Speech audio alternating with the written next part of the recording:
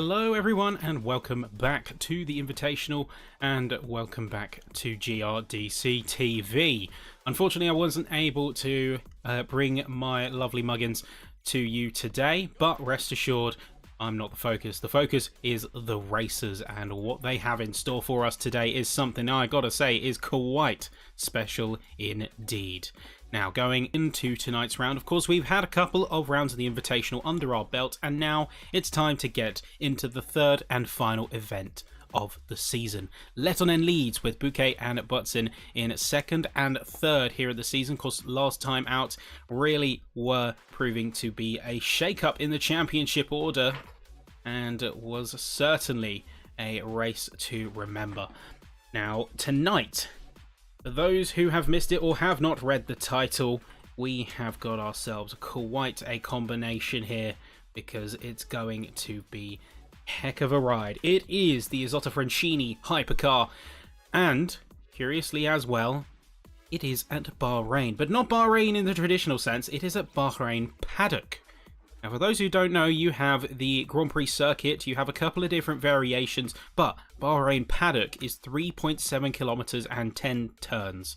Most notably, it cuts off the entire sort of twisty first/second sector. If any of you viewers watch the Formula 1 or similar motorsports that use the Bahrain GP circuit, you'll know exactly what I'm talking about.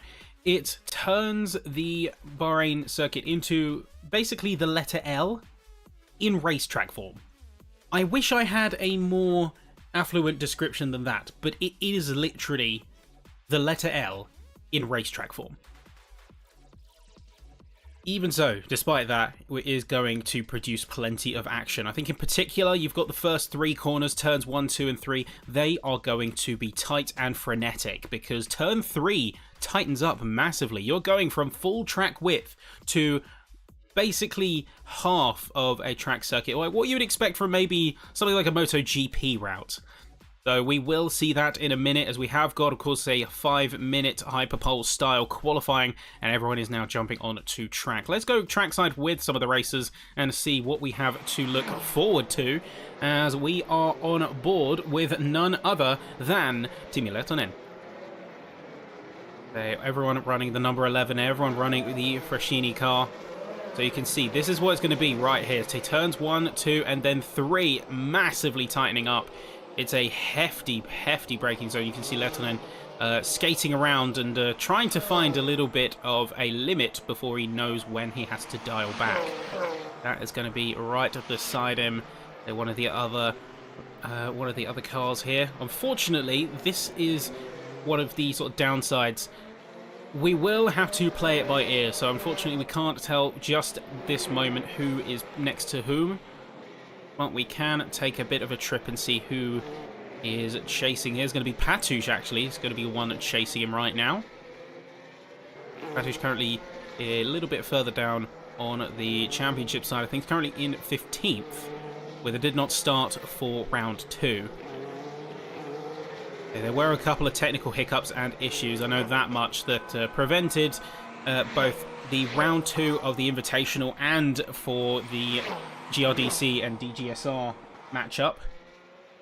Sadly, the newest update has introduced a couple of technical hiccups. Lettonen is going for some Beyblade training and a bit of damage testing, looks like, as he goes into the wall with the final 30 seconds of practice. Practice is not always the tell for who is doing the best at any given time, any given session, but the main thing to keep an eye out for is who is being consistent and who is willing to push themselves on the practice run. So practice is now coming to an end here. We're on board with Robert Pour as the 5-minute hyperpole is about to begin. It's going to be a sharp shootout and a race to the finish. Now, it's still 5 minutes, so you could actually squeeze in 2 laps, 2 attempts here if you are feeling daring. The track is that short, and even in practice we're seeing 1:12s, the shortest that there ever was. You can see now going on back to the traditional Sector 3, heading down at the back of the track, but here we go. The hyperpole is now underway, and the session is about to get pretty spicy indeed. We have 20 racers joining us this evening, And you have all the way from the top of the order and down. Say, out of 34 entrants, let's see who has what it takes. Let's see who has got a chance here to go for it. But final setups, and then everyone is going to be jumping out at the 5-minute mark. Already, multiple cars making their way out is De Vries, Sims, Butsin, Lettonen, Cook, Borgerson, Lovrek making an appearance as well. There's going to be a lot of drivers to watch out for here. Now, this is going to be an interesting one as well, because we had a couple of different combinations in the season so far. Just think back to, say, rounds 1 and 2.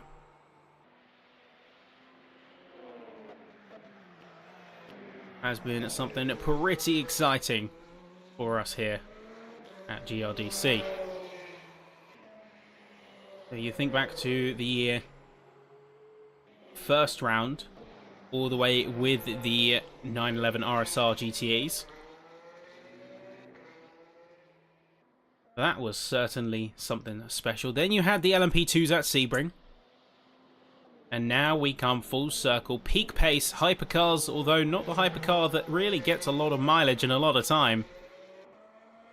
They're certainly putting the drivers through their paces with what many can argue a brand new combination. Overage we're going to keep an eye on here, as he's going to be one of the first wave.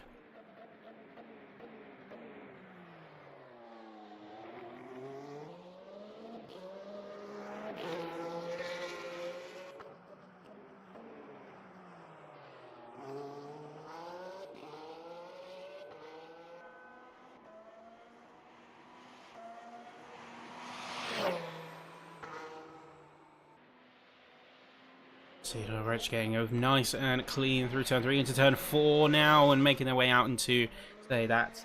You've got almost 2 straights here, so there is going to be a lot of chances for overtaking. Turn 1, turn 3 as everything tightens up, and then, of course, going into the final right-hander to finish the lap off.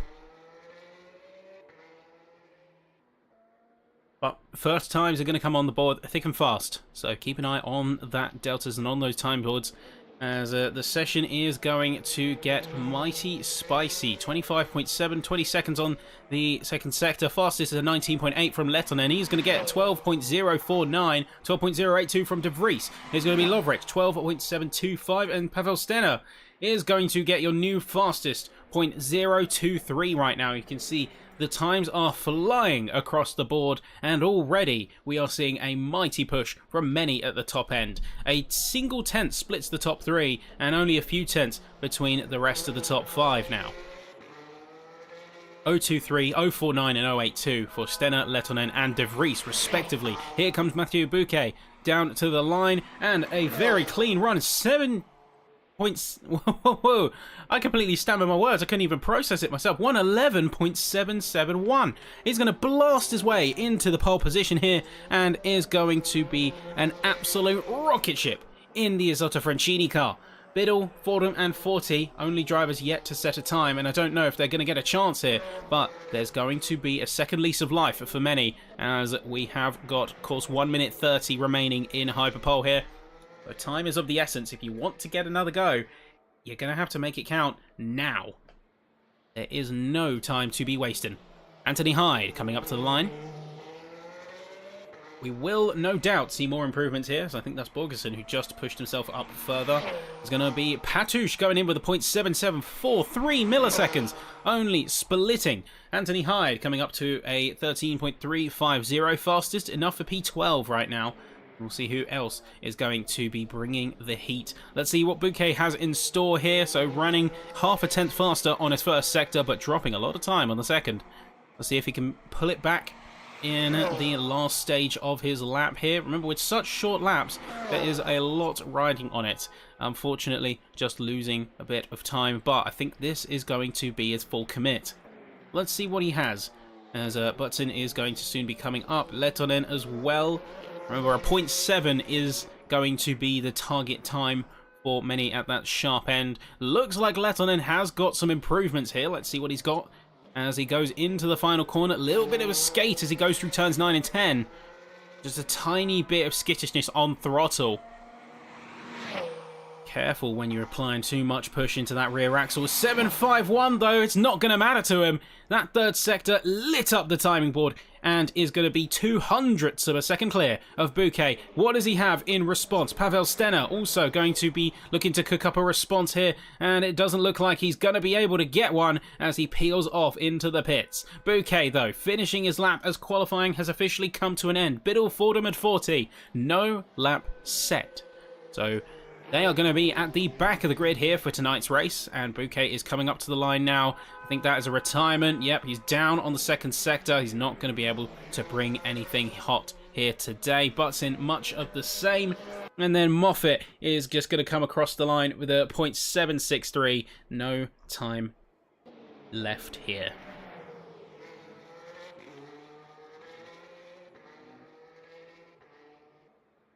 Button still making his way round. Last driver on the field to do so. And then we will, of course, go hot for the race itself. Just remember, folks, if you are new here, consider liking the stream if you do enjoy what we do. And if you want to catch other events such as Future Championships, the LMGT3 Challenge on the Mondays, and any other special events that we may put on or collaborate with other communities on, such as our DGSR showdown that we had last week, be sure to consider subscribing to the channel.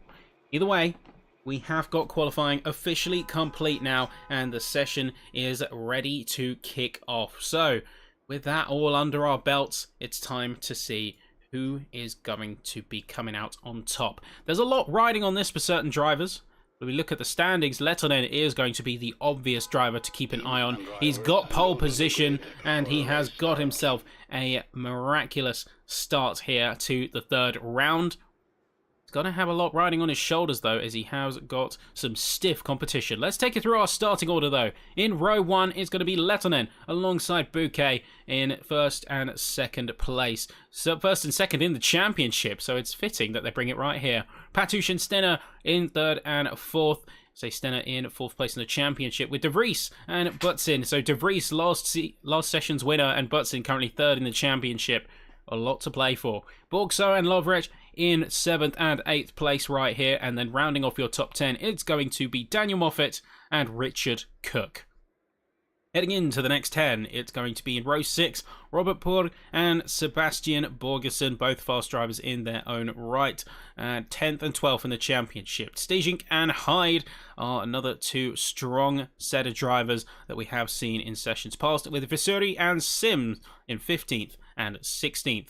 Final four now, say Barham is going to be at back of qualifying and then not able to set a time. It's Jordan Forte in 18th, followed by Jordan Biddle and Matt Fordham in 19th and 20th, respectively. There is your 20 drivers, and there is your session about to be set, folks.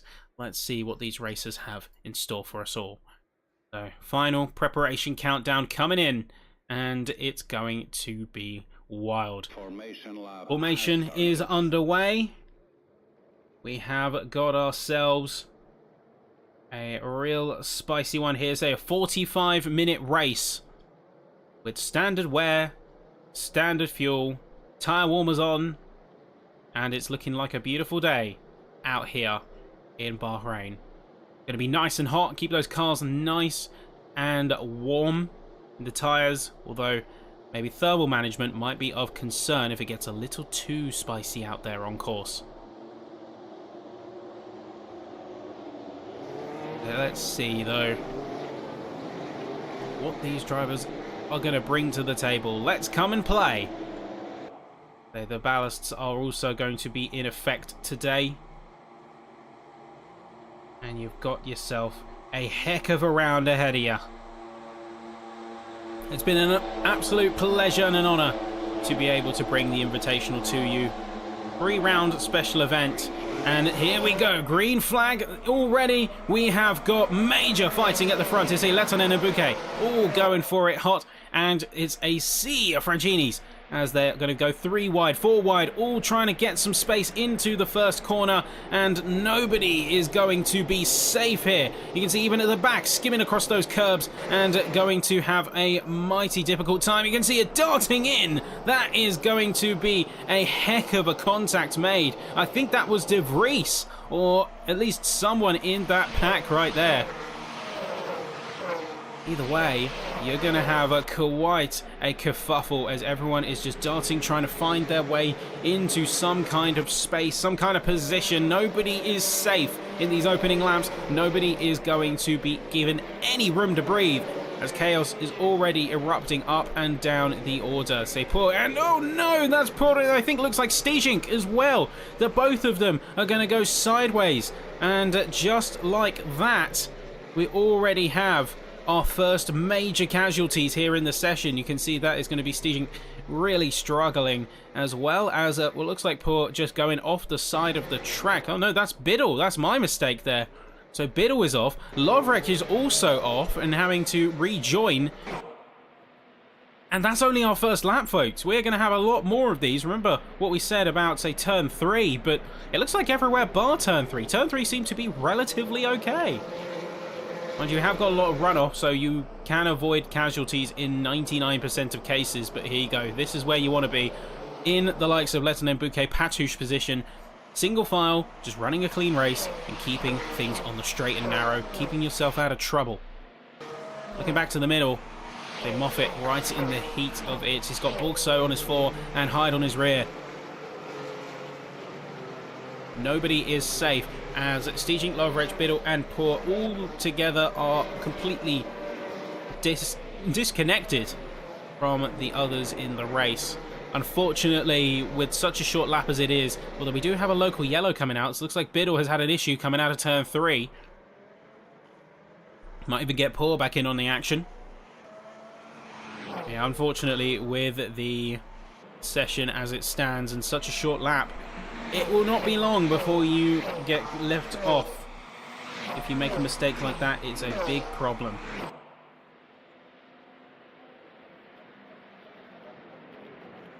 Okay, so you're coming into lap number 3 now.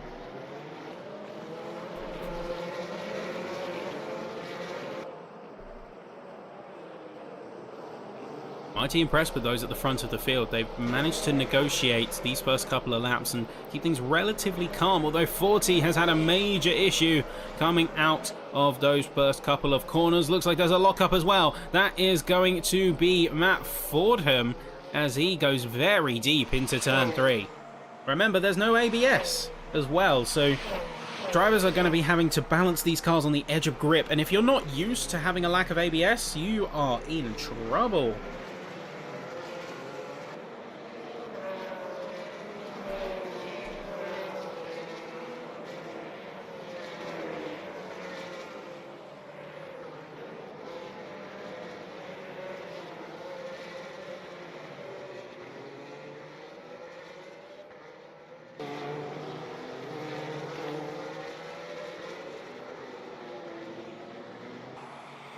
Pavel Stenner coming up to the back of Patouche as we go into the 4th lap.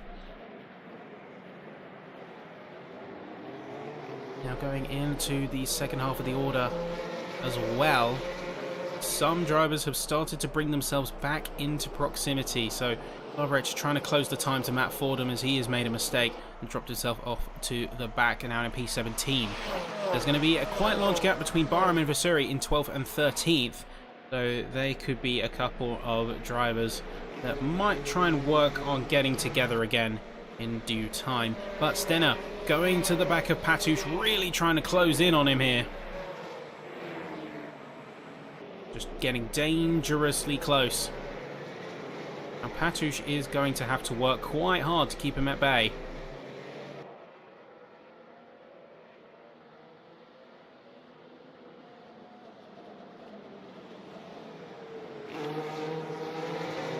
See full stacks of times, looking at 43-second gap between the leader and the 20th position holder.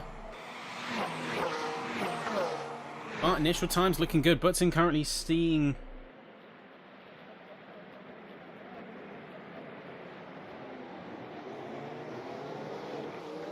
Now we are seeing Butson hold the fastest time, 12.741, so about a second off of qualifying trim, but remember you have to make these cars last 45 minutes really without a pit stop. You want to be able to eke it out. That's why all drivers have loaded up 100% of their virtual energy. Loaded up as much as they physically can in those cars. Borgso coming up soon to the back of Anthony Hyde. We'll see if he goes for a move here as we head into the back straight, parallel to the start. He's not going to be able to get that close. Okay, meanwhile, onto the back of Lehtinen. Remember, these two have got a championship fight to attend to. 147 points for Lehtinen, 140 for Bouquet. So a lot rides on tonight's result. That difference in points is minuscule.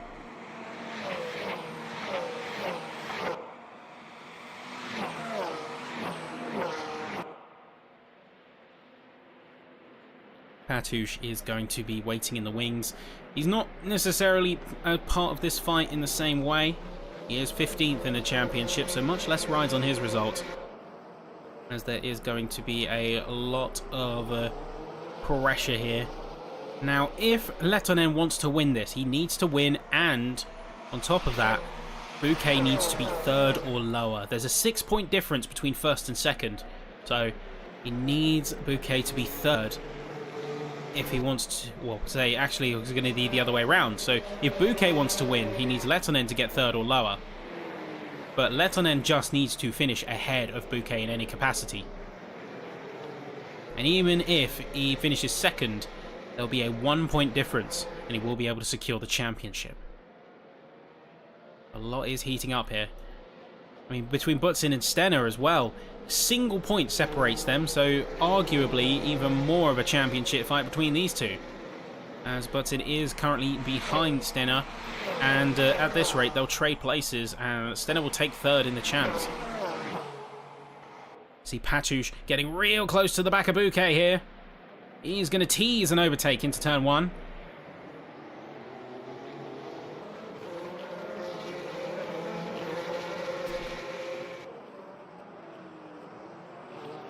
You can see going side by side. There's a big squeeze. Button and Stenner coming close together and continuing to jostle side by side, trade paint and rub tyres as we go through turn 3 now into turn 4, 5. A little bit of a lock up you can see in the foreground coming in from Bouquet. Patouche still holding up the pressure. Stenner is going to go on the defensive as Button is forced to go behind and having to tuck away in order to preserve his car and preserve himself for another fight, another day. Borgso coming up to the back of Anthony Hyde as well. We'll see if these two come to blows. Fordham is going to go very narrow, really trying to commit to an overtake here on to the likes of Sims. See, Fordham is actually being put into a bit of a tight spot. Sims and Lovrich going very close together.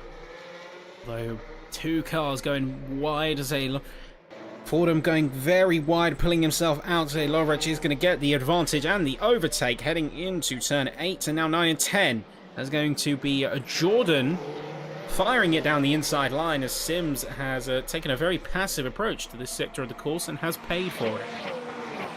Has unfortunately paid for it dearly.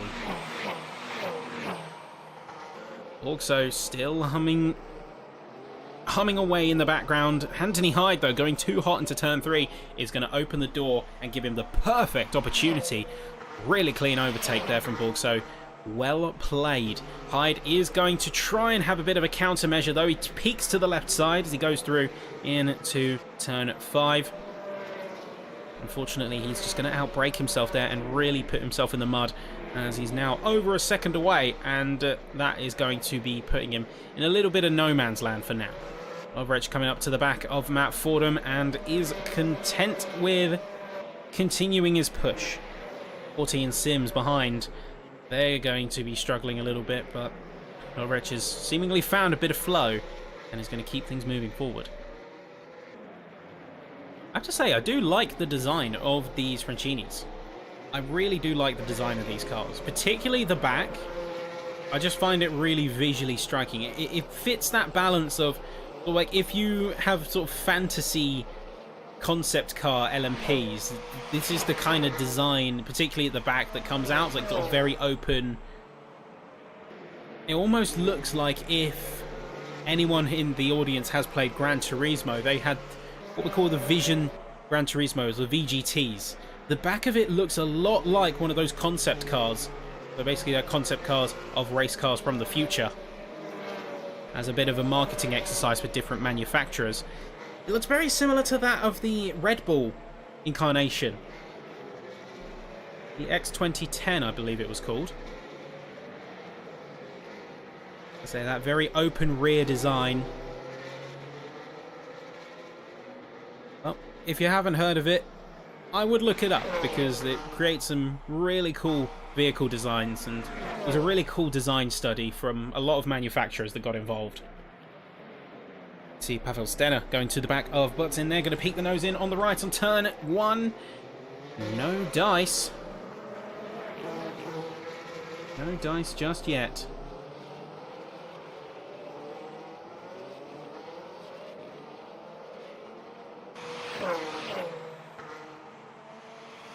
Going to be keeping the heat up though, even though he has dropped back during that first sector.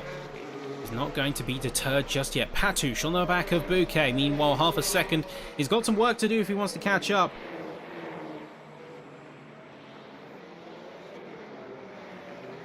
Going to have some work to do. But I am seriously impressed nonetheless.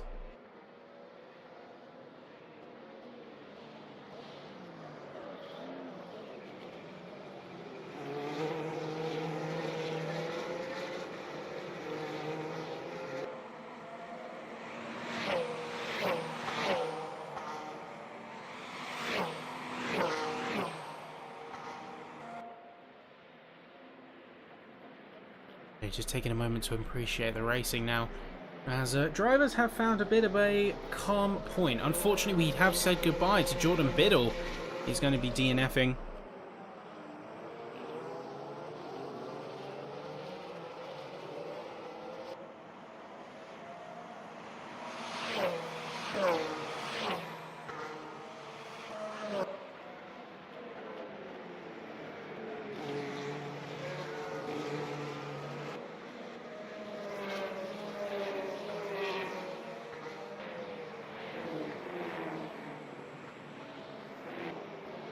Unfortunately, we will see a DNF from him in his case.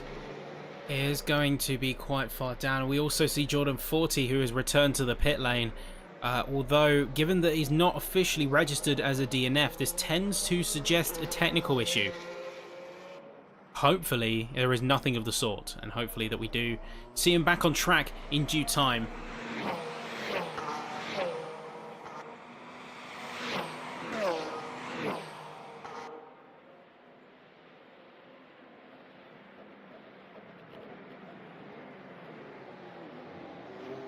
Let's see what Bouquet has in store though, as Letonen is still going to be the hunter.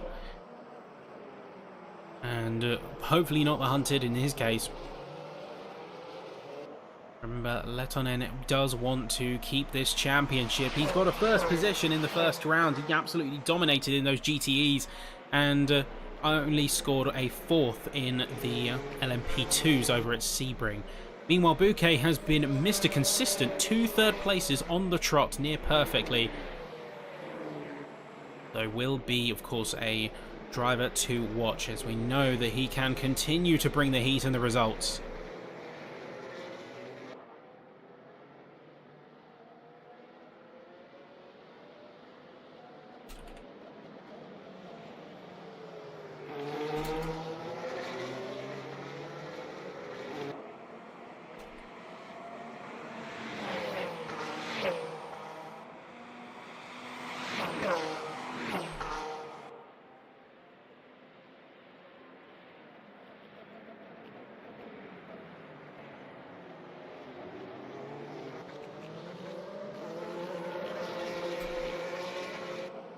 You're looking real close though, so Bouquet is just trying to angle any kind of attacks that he can get.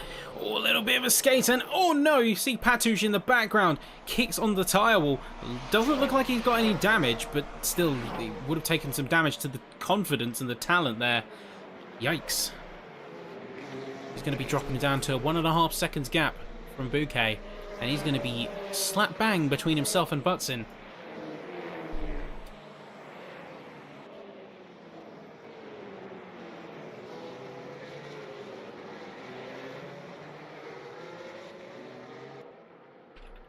You can see Bouquet and Lehtinen continuing to joust, going to the inside, then to the outside. Defensive and offensive maneuvers coming in on all sides. The two are acutely aware of each other and acutely aware of the predicament that they are in. Now, Lehtinen does still need to defend hard, even if he is displaced into second, because Patouche could produce just as much of a threat. And the last place he wants to be is stuck between two very fast drivers with no way of escape.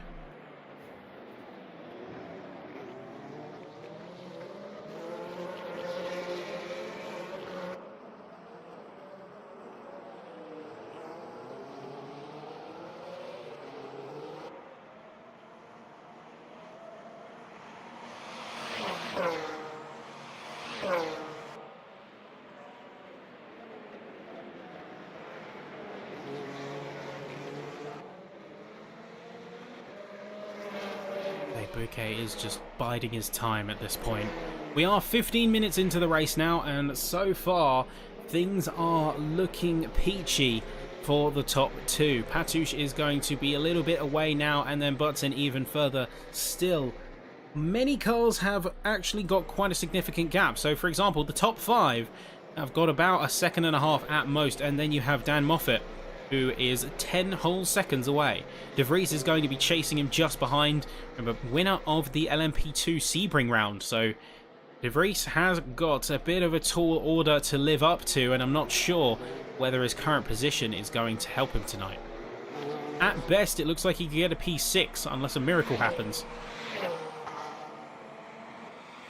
We do have multiple cars split out. It seems to be that we have a front pack with the top 5. You have the middle pack with a slight split in between 10th and 11th, with Bahrain and Borgso along with Hyde having 3-second gaps. And then at the back you have Tomas Lovrek with the final 5, or should I say final 4 or 3, given the DNFs. So Sims, Fordham, poor as well. 40 still unfortunately in the pit lane. So it looks unlikely that he will be reconciling his position on the circuit.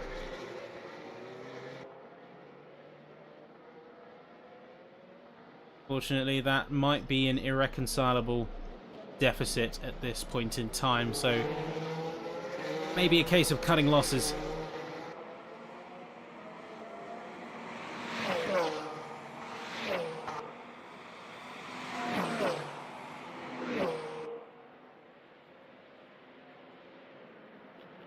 He's still charging.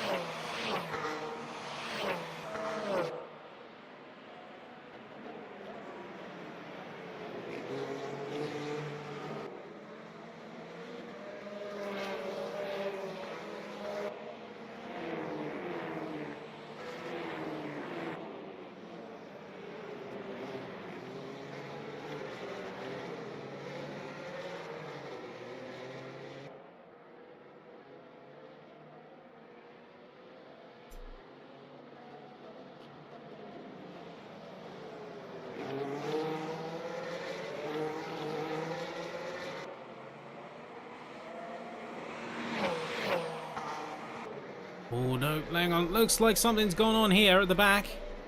That's going to be Borgerson having a big old slide going into that final sector, into out of turn 7, or say turn 8 even.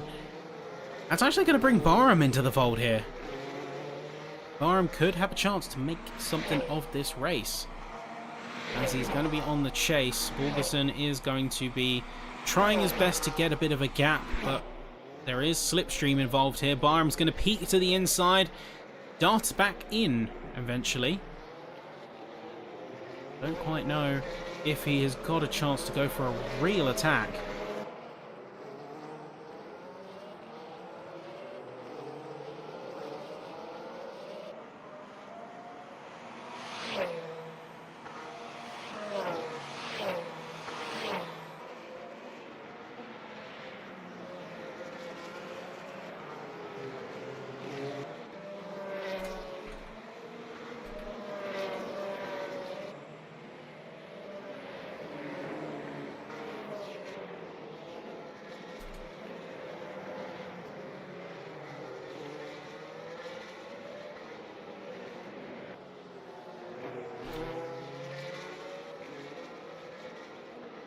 They're 2.6 seconds ahead of Borgerson from Cook, so it's unlikely he's going to be able to get a gain there.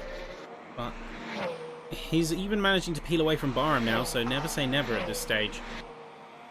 A lot of drivers at this point have started to splay themselves out over the course. Now, curiously enough, I say Port is going to be in 18th and still in his own spot, which is actually quite surprising when you consider how dense this track is. You have 1 minute 10, 1 minute 12 laps, and nobody has crossed over each other yet. Mind you, we are only 20 minutes in, so the session is young.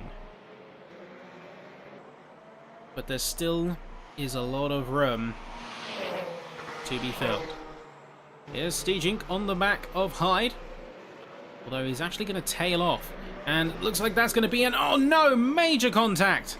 Hyde and Stijink going into the back of each other. Hyde with the lockup, but the door being closed on the inside, or at least it looks that way. There's going to be Lovrek trying to get around the order and managing to neatly negotiate his way through the traffic, luckily. No chaos, no problems or fuss. Seeing as now Stijink and Hyde are limping along in 14th and 15th, it's safe to say that their race has hit an abrupt snag.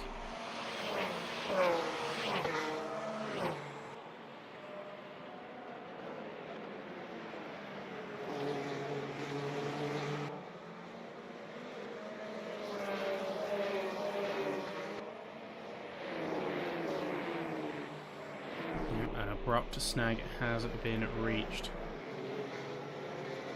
Even so, we shall see who has got the means and the wherewithal to go for a full stage assault on a position. De Vries could be looking for that charge finally on Moffat, although Moffat is 13 seconds now away from Pavel Stenner. So it's unlikely he's going to be pushing into the top 5 anytime soon, and that might actually lend reasoning to why De Vries is not so keen to attack. There's no upward progression. So if he's just going to overtake Moffat, all that's going to happen is Moffat is going to try and take him back. I think he's better off waiting till the final 5 minutes or so before he commits to something like that. We also see Stijink and Hyde continue to run close together. We'll see if these two are able to keep it on the straight and narrow, keep things well behaved.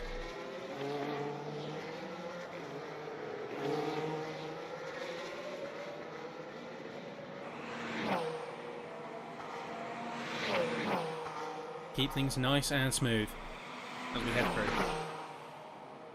The De Vries could be much of a similar situation still. Moffat.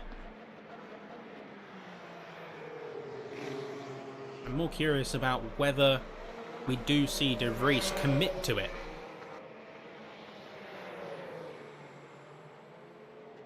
I don't know if we are quite going to be in the position yet to see these kind of fights. Time-wise is going to be tough. I don't think we're going to quite have a chance until the very end to see how these races will converge.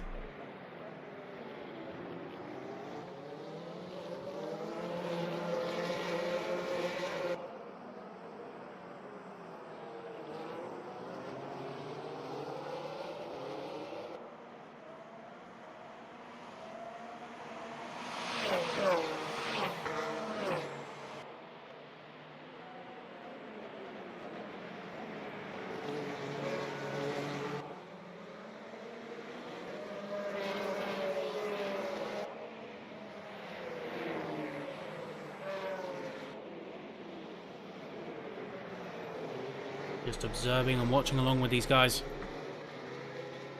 as we have got quite the show. Bouquet and Lettonen both with a lot on the line.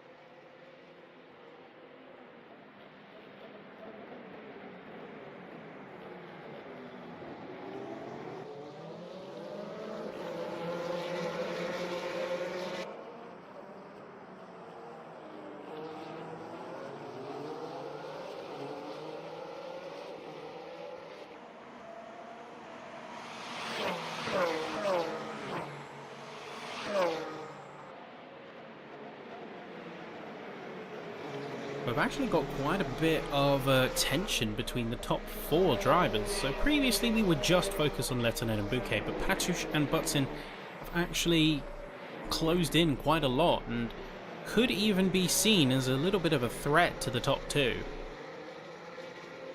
Patush in particular is really looking keen to close that gap.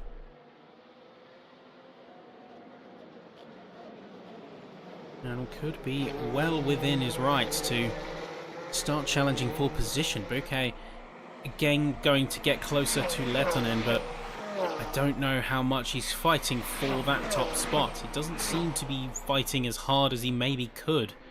And one thing I am concerned for right now is, will he throw one too many dummies and just run himself out of a chance by the time we get to the last 5?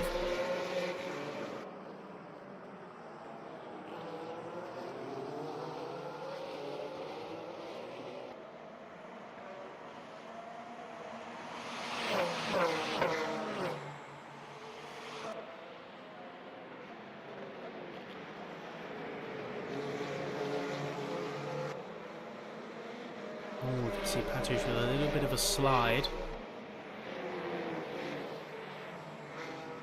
At least a little bit of slip angle coming in from some drivers who are pushing a bit harder than they are maybe used to.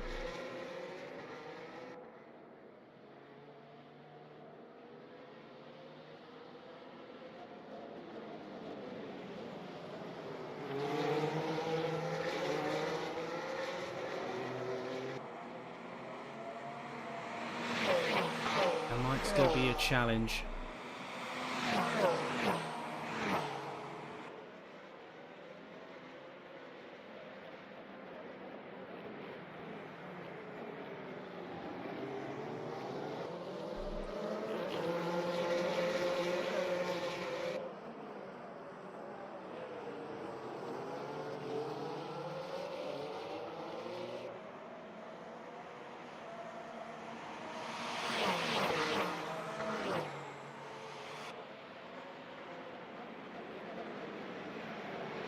Back towards the bottom, as it looks like Stijing did try and channel an overtake, but Sims is already 1.5 seconds up the road, so I think he just slid to the inside, took a bit of a lift off oversteer even, or something like that,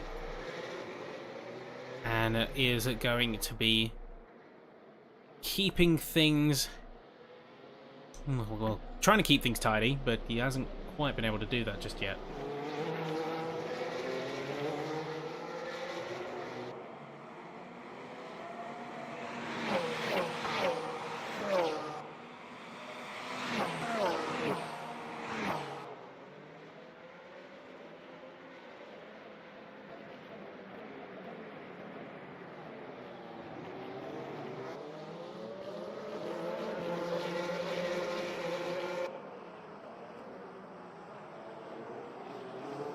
Can see is going to be Patush going for it into turn 3. I was just sort of waiting my breath, seeing if there was going to be anything coming through, but Patush has actually got a really excellent line through turn 3.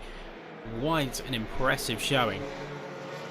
Ooh, looks like we do have a yellow flag though. Something has happened. I think Stijing is having a severe issue, and while the yellow flag has subsided, Stijing was the one to drop down.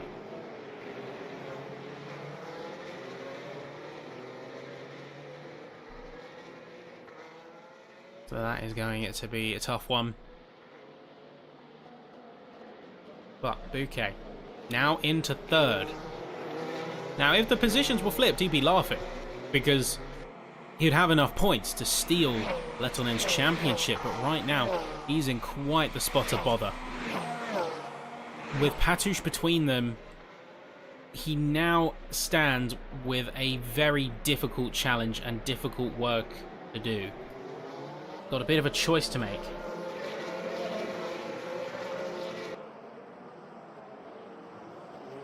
It's time for him to see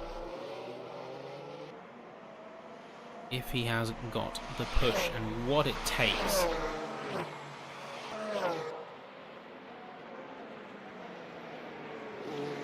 Bouquet is going to come up close to the back of Patouche here within 0.3 of a second, closing in a little bit more as he gets out and into the third and final sector. Quarter of a second. Quarter of a second. Now, is he going to be able to get any closer? Waiting, waiting.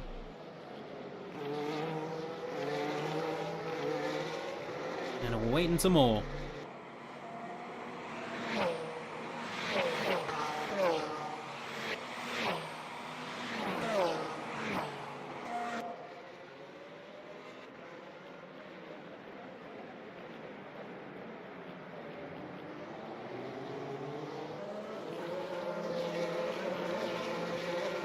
Seeking an opportunity here, and is there going to be one afforded? Turn 3, of course, being the hot spot. That is where we saw Patouche get the initial move on Bouquet.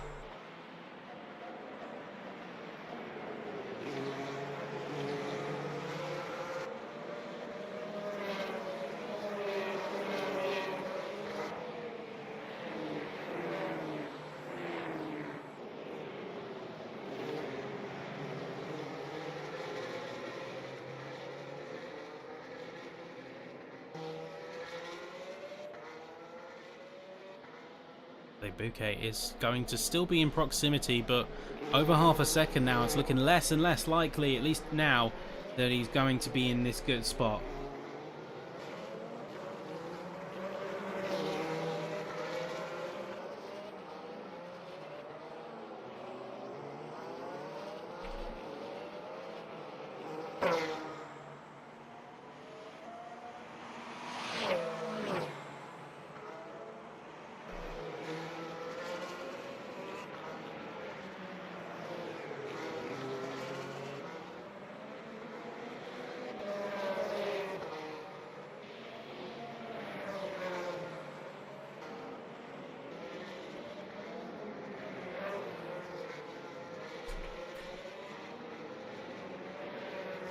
Okay, looks like we do have Paul with a chance here to go for an attack on Paul Sims. Though Sims did go off the track, he's still ahead for the time being. Paul is going to go peeking down the narrow of turn 9 and 10. A little bit deeper onto the exit, as that is going to be a very narrow run from Paul Sims. Not going to be able to get as much exit speed, but quickly tucks in behind. And he's going to see if he can get a counter-attack going here. There's Paul going extremely defensive on the start-finish straight. And now into turn 1, the two of them are going to run parallel. There's a Sims tucking in behind, though could have a chance on the switchback. Remember, if he gets into the inside of turn 3, that's his for the taking. Unfortunately, not quite close enough. Sims now half a second away and now out of reach of the position. Meanwhile, Iro is going to be in a 13th, chasing on the back of Tomas Lovrek. And could be going for it, but they into the lead as well, and no, that's going to be contact made as chaos erupts between P2 and 4. Lettonen is getting away. Bouquet is up into P2, but immediately is going to get it snatched away again. Poor exit out of turn 3. Patouche is back in it, and even Butson is getting involved, having made contact with Patouche on the exit. Steiner is also going to challenge him for the P5. We're going side by side into the latter sector of the course. It will see a yellow flag procking its way and making a way out of here. although it cannot identify the source at this point in time. The limited information looks like it has been called off, so only a minor issue, minor incident. Let's see Stenner if he's going to go for challenges. Bouquet has been displaced down into P4. I think Stenner was going to be benefiting, as Bouquet was the one to drop back and was in fact the cause, I believe, of the yellow flag. Just a mild slide off.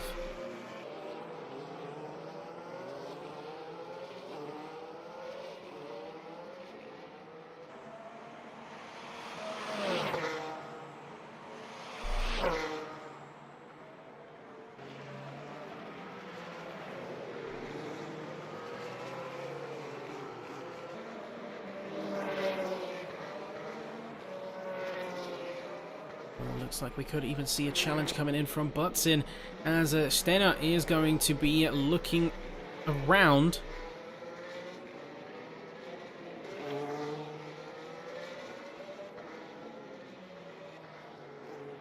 Looking around for any chance that he could get, anything that he could afford. Butsin's still on the defensive though. Now Bouquet into 4th.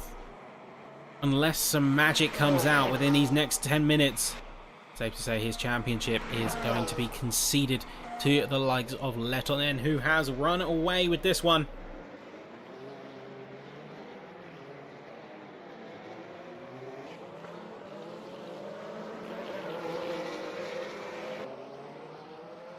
Butsin is going to be holding a firm defense.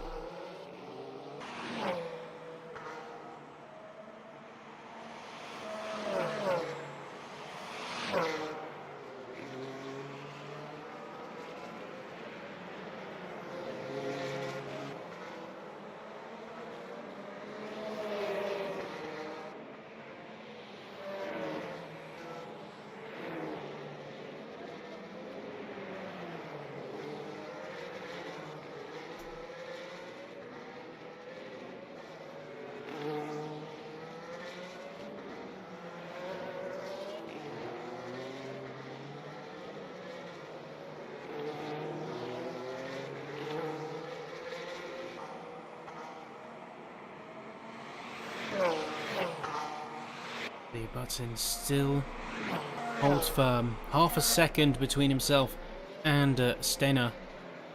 And you can see Bouquet just in the background. Fortunately, it doesn't look like he's going to have any chance of success here today, unless he's able to peel back masses of time. Got about, I'd say, 6 laps left. 5 to 6 laps. As there is going to be that window of opportunity in the dying moments of any race, where it's like all the stops come off, all of a sudden the racers are going to be burning absolutely everything. I mean, look at quickly in the virtual energy side of things. They have got more than enough. Most drivers around the 20 to 25% mark, the only exception being Butsin at 19. But there will still be chances for many, and we're in fact getting a big overtake happening here as De Vries is going to be dropping a bit of pace coming out of turn 3. As a Patouche is going to be well off in the distance, but De Vries is going further out to the side and opening the door to Richard Cook and Daniel Moffat, as those two will be charging head first into combat.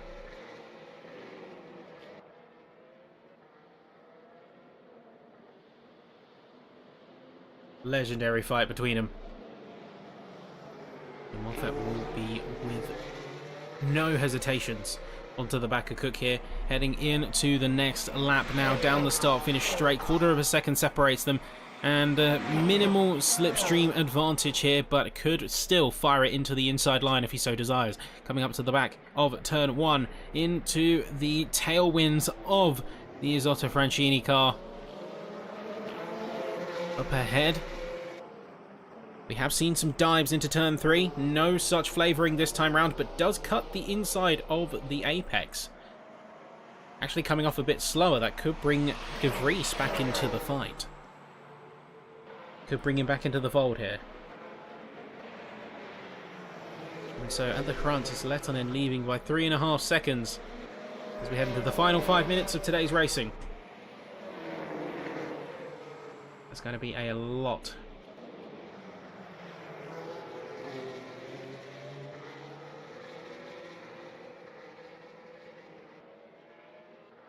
Going to be a lot on the line here.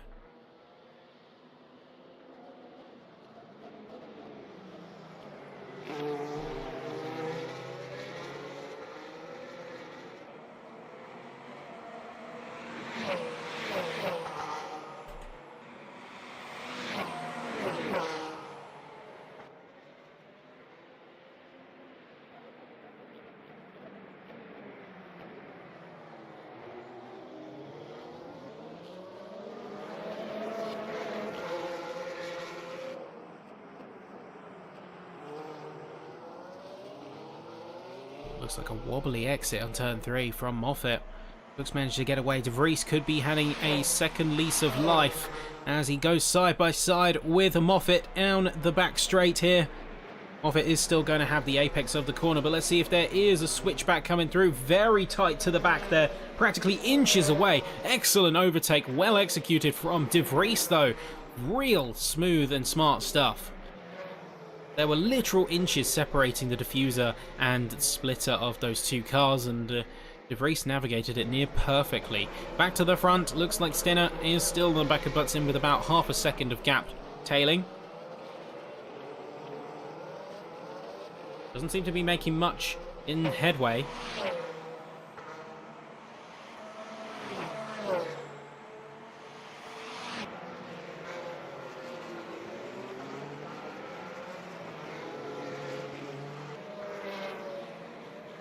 There will be a big chance here.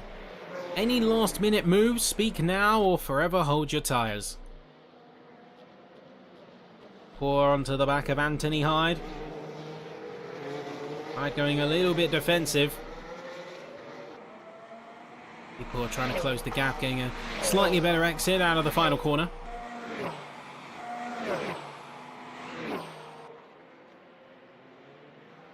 See, he's going to peek to the inside here. He's going to go for it later on the brakes, going a little bit deep into the first corner, and unfortunately is just going to get himself switched back upon by his opponent.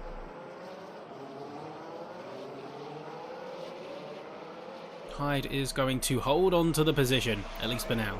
Stenner still coming in hot to Butson right now. Checking in with the race lead. I think this is Lettonen currently on penultimate lap. Actually, I don't know, considering the best time is a 12.4 courtesy of the driver in front of us. It remains to be seen whether this is in fact the penultimate lap, or are we even just going to squeeze out one more.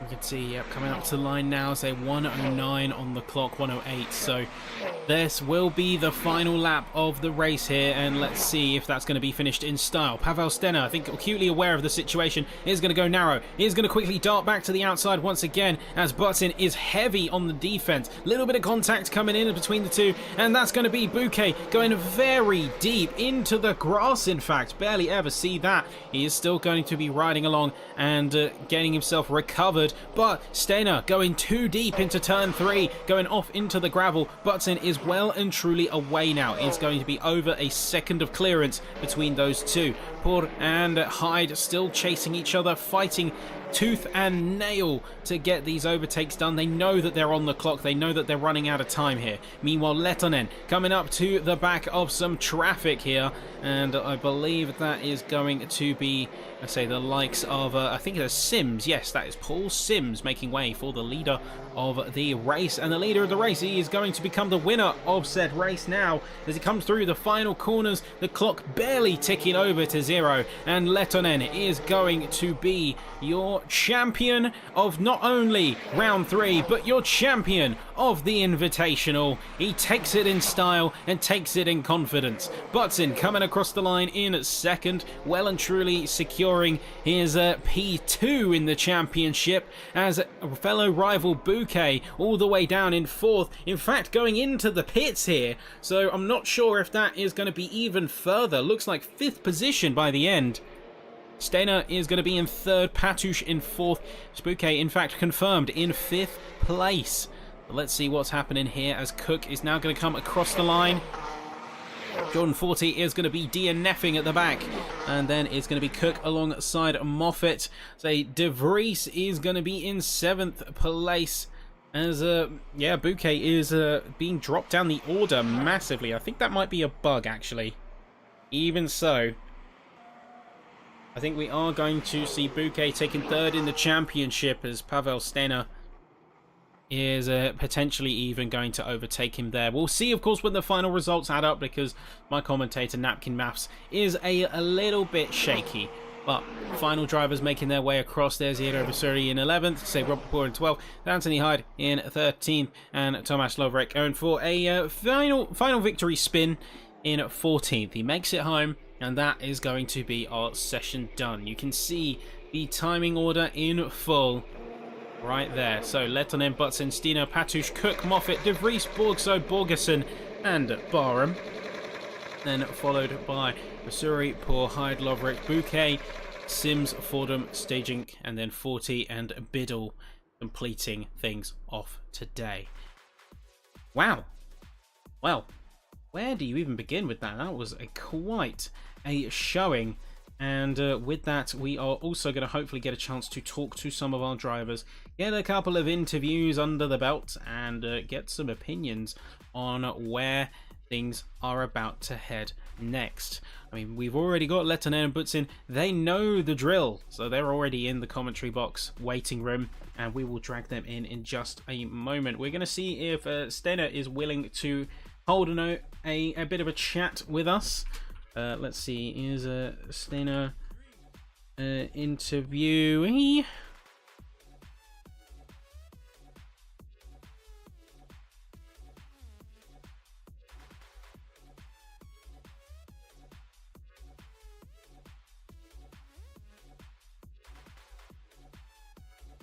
Here we go, just confirming whether we can have an interview with them.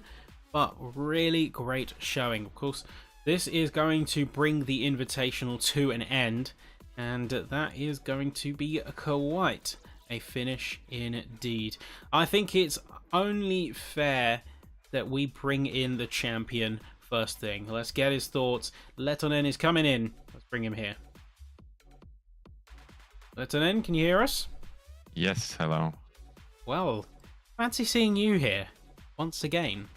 But yeah, it's been a while. I don't know about that one, Chief. But after a really strong first round and a 4th place in the LMP2 round, we can confidently say, having won tonight's hypercar round at Bahrain, you are the Invitational champion. 2 first places out of 3. How are you feeling?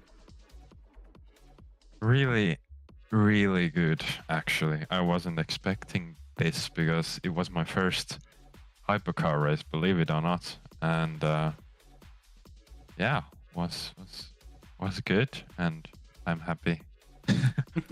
Well, let's talk about that for a second. So you mentioned it. You mentioned it before, just then. It was your first hypercar race, and of course, when the championship round was decided, the final round was decided, the Fraschini hypercar at Bahrain, what was your first thoughts? What was going through your mind at the time before the race? When I saw it, I went straight to practice. I didn't really think about it, but I was hoping for the Corvette or something, which I'm more familiar with. I mean, GT cars, but I mean, everyone started at the same place, I'd say. So like 1 hour before they knew what the track and car was. So I think this is the type of race where I really shine, where you don't get that much practice in. I feel like I can quickly get to the grips with the car. So yeah, I'm happy with Yeah. both the track and the car, obviously, because one. Yeah, I mean, it helps as well that the Isotta was the car of choice because as far as hypercars go, that's a pretty rare pick. I mean, we usually see the likes of Ferraris or even Lamborghinis, and your typical picks. The Fraschini doesn't really come up all that often, so I think it was a bit more even. But even so, how did the car feel today? Because obviously you had to have some confidence in it coming out of practice and to hold such a smooth race. So how did it feel for you? Of course, fixed setup and everyone on even footing. Was it a struggle to drive, or were you able to acclimatise fast? Not at all, actually. I did drive the car earlier today. I was kind of testing different combos. I think I drove this on Spa or something. But yeah, I got quick quite fast, and it actually during the race it felt really good. Like just the small bits of oversteer that you can control, and under the braking, I had one lock up where I kind of snapped the rear, but otherwise it was like really smooth, really good. And like halfway through the race, I was still driving really casually. Let's say I wasn't pushing, so the tires were in a good condition. And yeah, I mean, I drove it pretty relaxed throughout the whole race, so I think that helped also. And yeah, I mean, the car felt good. Yes, it sounds it. And guess before we say anything else, of course, now as the reigning champion, what's your sort of next? What's your sort of next step? Of course, the Invitational is over, but I know that GRDC is planning a few different events. So, any immediate sort of plans for future races or future events that you're going to be jumping into? I mean, I signed up for the GT3 challenge already, but I mean, not GT3 challenge, the what was it called? Sprint, World Sprint? Yes, exactly. So that's coming up season 2, but otherwise I'm not quite sure. Oh, so I'm looking forward to it, mate. And hey, you can certainly come out of this with your head held high as a champion here at GRDC, and one of the few to wear the badge. And I'm sure you're feeling great. Yeah, for sure. Thanks for making this championship happen. I'm really happy with the kind of layout, short championship and fixed setup. It was a lot of fun. And yeah, thanks for all the participants, and yeah, was fun. Yep, it's been amazing to watch here in the commentary box. So let's then take a bow. I know you're not on camera, but take a sort of metaphorical bow, and now take a rest, because you've more than earned it. So I'm sure we'll see you here in the commentary box soon in the future seasons of things like the World Sprint Championship and beyond. Yeah, for sure. Well, thank you very much, mate. Thank you as always. Thank you. Bye. There you go. That was a Lettonen champion of the 2025 Invitational, ladies and gentlemen. Now, we're not done yet. We have being graced by the presence of both Butson and Stena. So we're going to get Marvin in now, and we are going to have a chat with him and see how he's feeling, having just potentially secured himself P2 in the championship. All right, Marvin, can you hear us, mate? Yeah, I can hear you. All right, mate. Well, first off, brilliant performance out there tonight, and that's your second podium of the season. That's a P2 coming off the P2 of the LMP2 round. So, initial thoughts? How are you feeling? Was pretty exhausting race because of the temperatures. Not in Bahrain, but in my room. Oh yeah, the So temperatures hit hard as of late. I am glad the race is over and the season is over. Well, I won't keep you too long, buddy, because I know exactly what it's like. I know how you're feeling right now. Let's talk race side. you seem to really sort of gravitate towards the faster cars because you did well with the LMP2s and you've now done well here with the hypercar. So how was the car for you today? Of course, say out in the Fraschini, you only really learned with a couple of hours to go, and it's not a very popular hypercar pick. So did the car behave, and were you having any sort of struggles, or was it smooth sailing? I race hypercars a lot, and initially I was really surprised how light the car felt in braking and turning. So the Ferrari, my main car, the 499, feels a bit heavier. The Isotta Fraschini is pretty light on the brakes and on the turning, and that's also challenging for turning points, braking points. Lockups is a big problem with this car.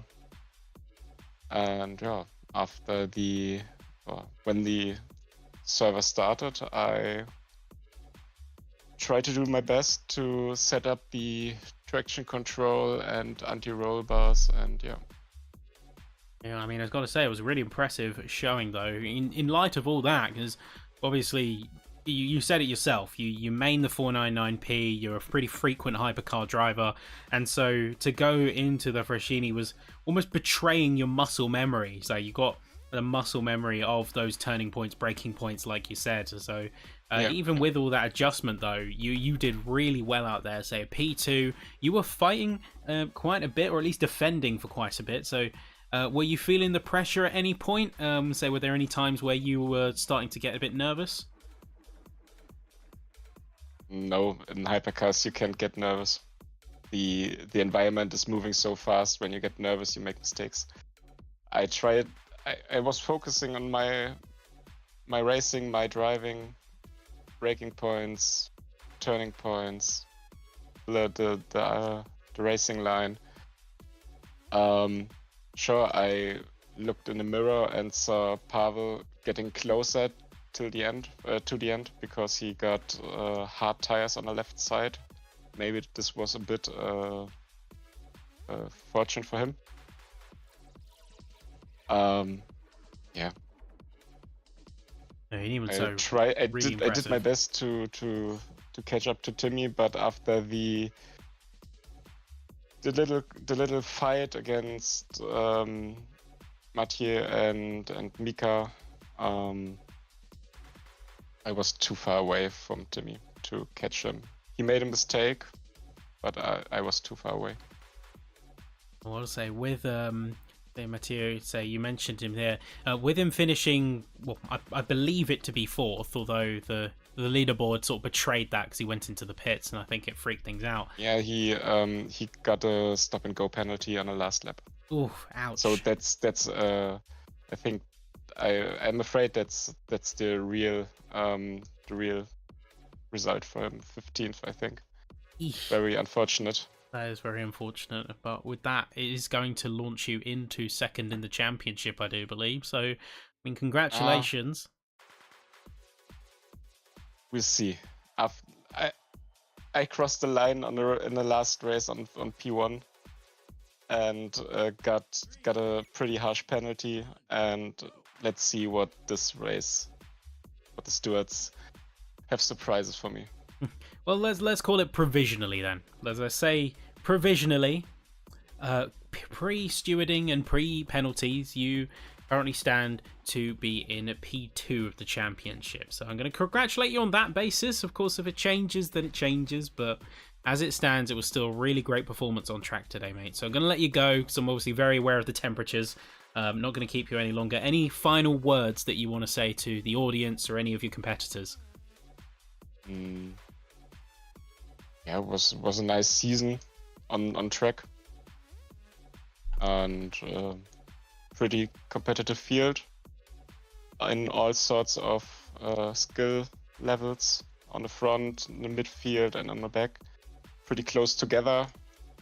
So every skill level has its own group where they can fight. It was pretty fun on track. Yeah, certainly seemed it. Obviously, thank you for the commentary. Did a great job. And I'm looking forward for some more races with you as commentator. Well, couldn't do half the job I could without some brilliant racing on the track. So thank you very much, mate, for the words, and thank you for joining us here. So gonna let you go. Thank you once again, and hopefully see you in future events. I don't know. See ya. Take care, mate. Thank you very much. Okay, that was, of course, Marvin Hudson. That is going to leave us with Pavel Stenner. Let's drag him in, and let's not keep him waiting any longer.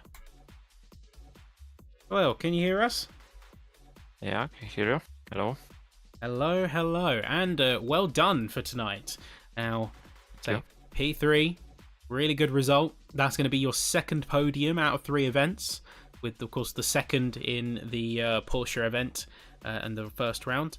How are you feeling tonight? Pretty okay, but to be honest, that car was not so fun to drive. It was really hard to manage lockups, front, rear. It was terrible, but okay, result is not bad. I had good fight with Marvin in the beginning and in the end of the race, so finally P3, and I think P3 in the overall is not bad. Yeah, well, certainly a good result, even with issues that you described. Curiously, Marvin said very similar about how different the car is to drive. He didn't say he outright struggled with it, but apparently the car felt quite light compared to other hypercars. Would you agree with that? Yes, I think it's for me that Isotta feel like a bigger LMP2 car, so not hypercar. Bigger LMP2. I mean, visually it looks like a bigger LMP2, so yeah, exactly. I'm very, very inclined to agree with you there.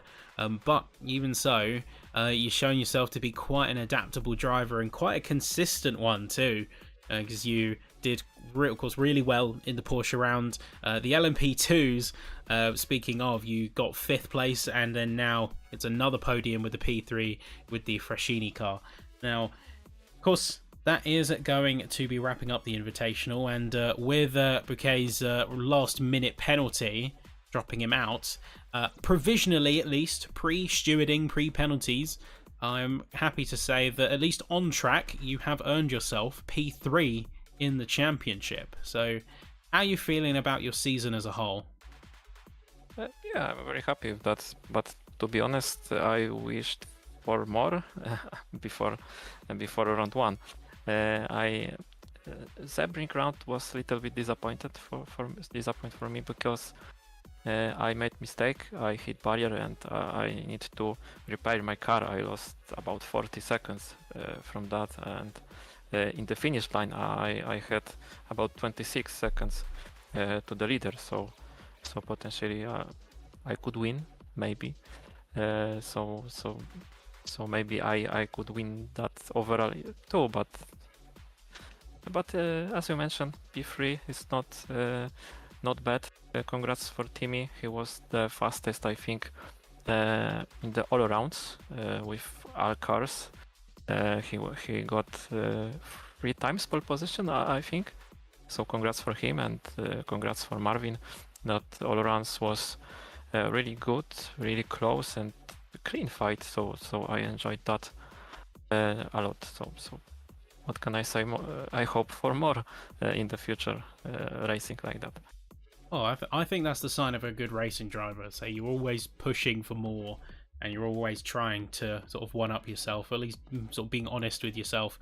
I think that's a really strong quality to have, and I've certainly been really impressed watching from the commentary box on your performances throughout the season. So looking to the future as well, of course, Invitational now wrapped up. Any immediate plans, any future events you're looking to participate in now that we've got this one under our belt? Yeah, yes. I and with my team, we are waiting so hard for endurance. So we wish so that will be as soon as possible, and then we just want to drive as many enduro races as we can. So that is future plan.